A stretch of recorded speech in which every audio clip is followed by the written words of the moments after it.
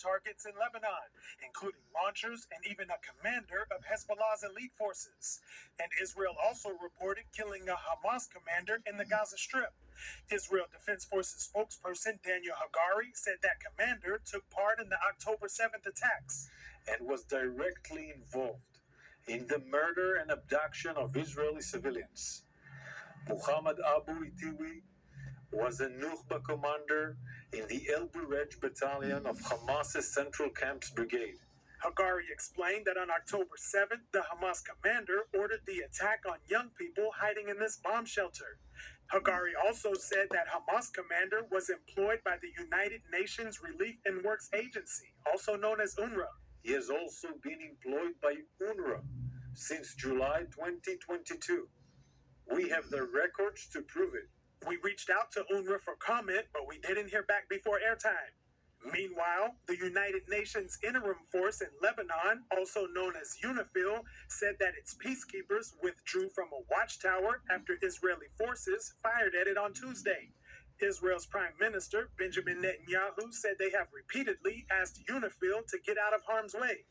Hezbollah uses UNIFIL facilities and positions as cover while it attacks Israeli cities and communities. The best way to ensure the safety of UNIFIL personnel is for UNIFIL to heed Israel's request and to temporarily get out of harm's way. Meanwhile, the Iran-backed Hezbollah terrorist group in Lebanon fired a barrage of about 30 rockets at an Arab town in northern Israel. The attack killed 2 people and injured at least 20 others, according to medical personnel. And in southern Lebanon, Lebanese media said an Israeli airstrike killed 3 media workers, including 2 cameramen and an engineer. Israel did not immediately comment on the situation.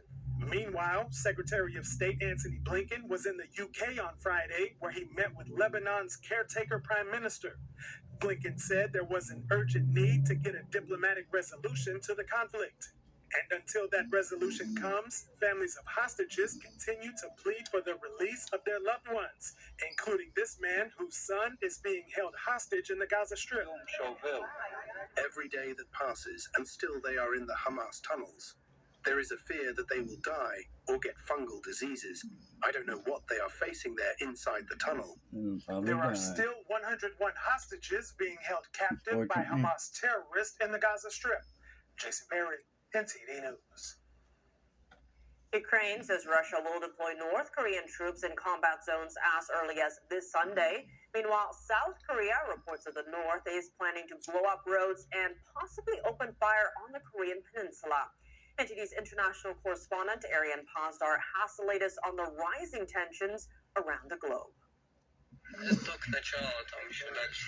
This video appears to show North Korean troops being trained in Russia. Ukraine says it intercepted communications from the front lines, in which Russian soldiers can be heard complaining about their new allies.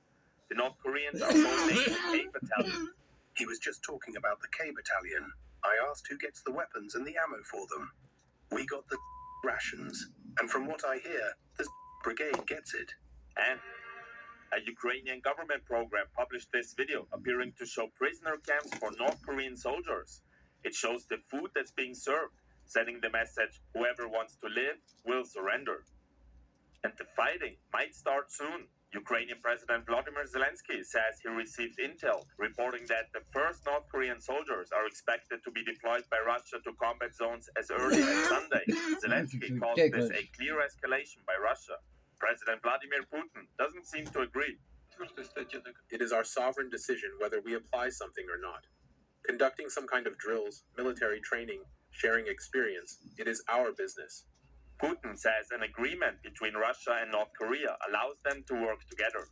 The Ukraine conflict is not only rising tensions in Europe, but also as far away as the Indo-Pacific. North and South Korea are reportedly both ready to open fire amid the increase in pressure. Let's take a look at Korea's military speaking about the situation at the DMZ, which divides North from South. We have identified covers being set up on roads, with work being conducted behind them. Preparations are being made to blow up those roads. He added that North Korea issued a full-scale firing readiness order along the DMZ. The South responds by saying it is fully prepared to deal Here with any type of comes provocation, World War III. possibly taking tensions to an unprecedented level. Arian Pastar, NTD News. Coming up with 11 days to go until the election, another battleground state may suddenly be emerging. Dave Martin takes a look from the Data Hub, and a potential elimination of federal income tax could be on the ballot. This comes as former President Trump floated the idea at a New York City barbershop. We hear from voters to find out what they think about the possibility when we come back.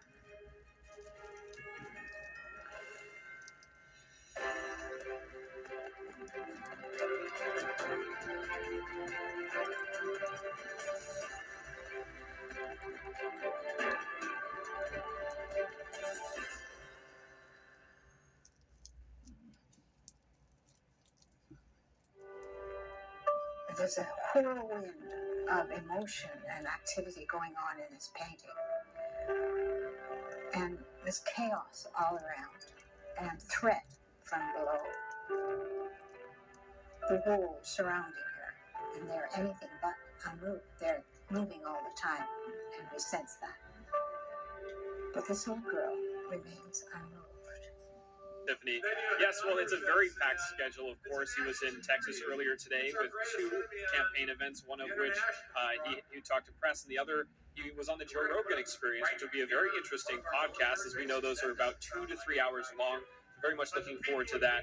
But here in Traverse City, there are thousands of people standing by. The crowd in this hangar, this airplane hangar, is completely packed in here, almost like sardines. And people are really amped up. We're having speakers right now. And I saw a lady with tears in her eyes earlier when there was a recording of Trump speaking. And I walked up to her, ask her, what did Trump say that brought her to tears? She just has this emotional feeling that Trump is going to turn things around for the better and fix a lot of problems. And she agrees with everything he says. Now, as far as the speakers up here, I spoke to one of them before she went up, Tudor Dixon. She's a gubernatorial candidate back in 2022, and she told me why Trump will bring back manufacturing to the state of Michigan. Take a look. I'm just going to talk about, we've got 11 days left in this race. It's more important now than ever to make sure people go out and vote. And they vote for not only peace, but they vote for safety. And they vote with their pocketbooks, which is going to be voting for Donald Trump. As far as Trump, he talked about eliminating or raising tariffs on China, helping bring back manufacturing here in Michigan. What do you think of that position? That's absolutely what we need. We know that the auto industry is moving factories out of the state of Michigan right now. We certainly don't want to see them go to Mexico. We want to see them stay right here in the state of Michigan. We want to make sure that our auto workers are employed for the long term. Now, while back in Austin and before heading here, of course, Trump talked about illegal immigration and how much it's been harming the country, especially with the alleged murders committed by illegal immigrants. He was standing next to the mother of Jocelyn Nungre. She's a 12-year-old girl who was raped and killed allegedly by 2 Venezuelan gang members back in June. And he talked about increasing the penalties for any illegal immigrant that commits a crime in the U.S., including killing a U.S. citizen or killing a law enforcement officer, increasing the penalty to a death penalty. Here he is earlier. Take a look. They're letting their people out of jails and bringing them right into we're like a dumping ground. Commissioners. Now, of course, officials say that former President Trump and his running mate, J.D. Vance, there's a phone hack that just occurred by people linked to the Chinese Communist Party. Now, they say that they were searching for national security, but we'll have more on that as it develops. But here in Michigan, of course, it's a very important swing state, 16 electoral college votes, and a lot of the crowd's getting fired up to hear Trump's speech, and we'll have that for you right here on NTD in just a bit. Tiff, back to you. Hi, Jack. Thanks for those updates.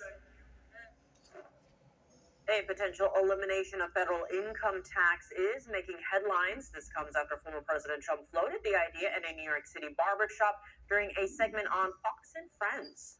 In the old days, 1890, 1880, we had so much money they had to set up committees, blue ribbon committees, how to spend our wealth. We had no idea how to spend it with so much money. Then we went to the income tax system, and the rest is sort of history. While citing fiscal practices from the late 1800s, Trump proposed replacing revenue from income taxes with tariffs on foreign goods.